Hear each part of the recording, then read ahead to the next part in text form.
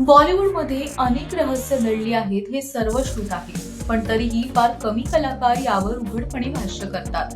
दरम्यान सद्य परिस्थितीवर बोलताना अभिनेता नवाजुद्दीन सिद्दीकीने बॉलिवूडवर ताशेरे ओढले. एका मुलाखतीत त्याने म्हटलंय, बॉलिवूडमध्ये असुरक्षितता आली आहे, त्यामुळे एकच कल्पना वारंवार वापरली जाते. एखादी गोष्ट प्रेक्षकांना आवडली तरी पुन्हा पुन्हा तेच दाखवलं जाते. जेव्हा लोक त्याचपणाला कंटाळतात तेव्हा बॉलिवूडमध्ये ती गोष्ट वापरणं बंद केलं जातं. पण एक कल्पना घासून गुळगुळीत करण्याइतकी का वापरली जाते? एका सिनेमाचे 2, 3, 4 भाग यायला लागले. ही वाहियात गोष्ट आहे.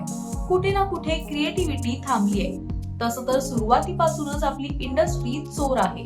नीट पाहिलं तर लक्षात येतं, कथा चोरलेली अशा चोऱ्या करणारे इथे चोर असतील तर ते क्रिएटिव्ह कसे असतील? आपण साऊथ मधून चोरी केली, कधी दुसरीकडून चोरी केली. जे सिनेमे गाजले त्याचे सीन्स देखील चोरी केले. ही गोष्ट आता इतकी सहज स्वीकारली जाते की चोरी केली तर काय झालं असे यांना वाटू लागले. आधी एक व्हिडिओ घेणार आणि म्हणणार की आम्हाला यावर सिनेमा करायचाय. त्यानंतर मूळ सिनेमातील गोष्टी पुन्हा रिपीट करणार. या अशा इंडस्ट्रीतून तुम्ही काय अपेक्षा ठेवाल?